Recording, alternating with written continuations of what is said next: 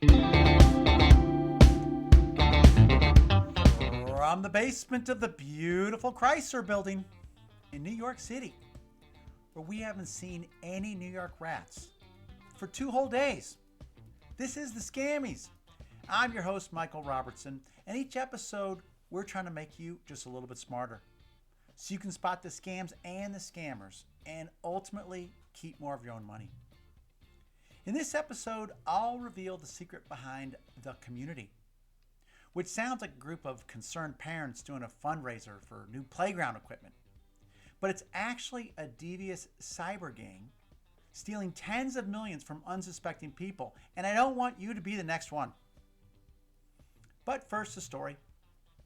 I try to run a few days a week, and one morning, while out for an early morning run, I found a newer looking mobile phone laying in the gutter next to the sidewalk. There was no vehicles or people around who could have recently dropped it, so I picked it up. I tried turning it on to see if I could track down the owner, but the screen was locked. I thought about it on my return home as the phone bounced around in my pocket. Once home, one of my kids mentioned, "Hey Dad, why don't you remove the SIM and put it into a new phone?" You know what the SIM card is? It's this little tiny white memory card about the size of a fingernail, which stores all the information about the phone's owner. So that's what I did. Took the SIM out, put it in a different phone, and it worked.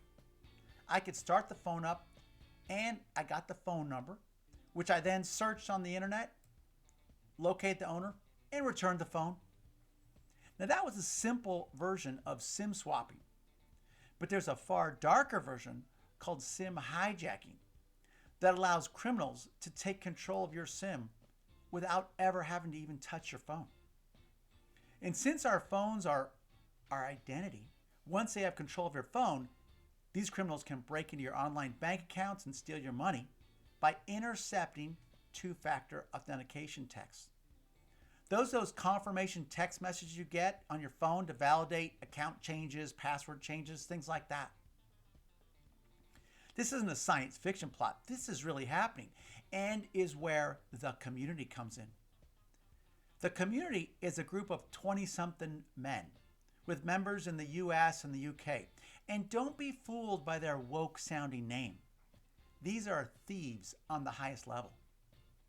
They've perfected the techniques on how to hijack people's phones via SIM hacking. Sometimes they pay those on the inside to move a phone number to another SIM. Other times they'll call up phone companies feigning like they'd lost their phone and convince an unsuspecting employee to switch a number to a different SIM. In both cases, once they've gained access to someone's phone, they switch passwords on their financial accounts using the phone to verify it's a legitimate request from the owner. But of course it's not. With complete control of an account, it's easy to transfer all the money out. Members of the community use these techniques to swipe tens of millions, and by all accounts, seem to spend it as fast as they stole it. I got a hold of one of the videos of them partying at a club, and it's unbelievable. Here it is.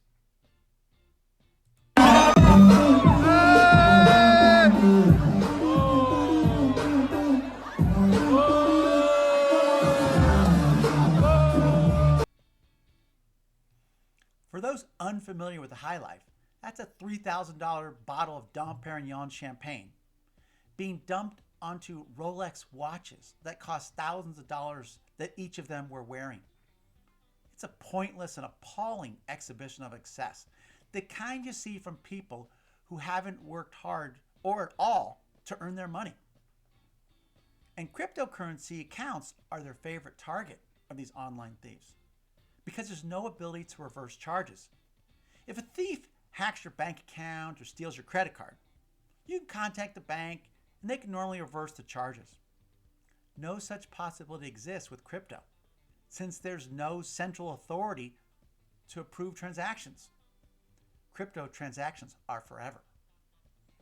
Fortunately, the police eventually arrested, charged, and convicted at least 6 members of the community, including the ringleader who they nabbed in a $200,000 McLaren sports car in Beverly Hills.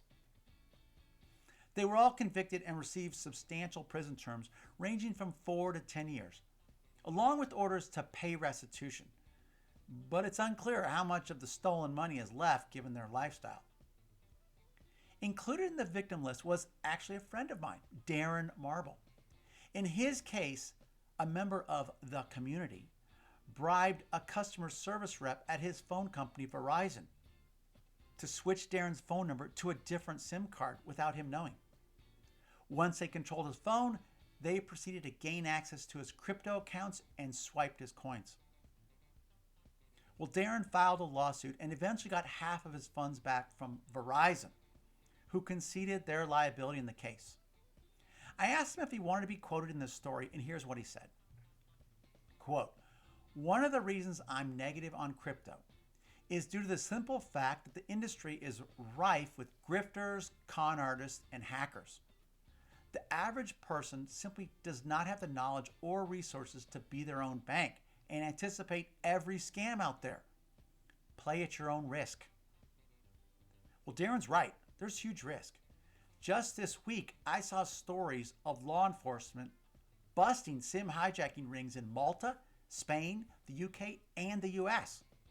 So the problem appears to be growing. So what can you do about it? Well, if your phone abruptly stops making calls, immediately borrow a phone to call your phone company to inquire. You might be the victim of SIM hijacking. If you do own crypto, don't announce it publicly because it will make you a target.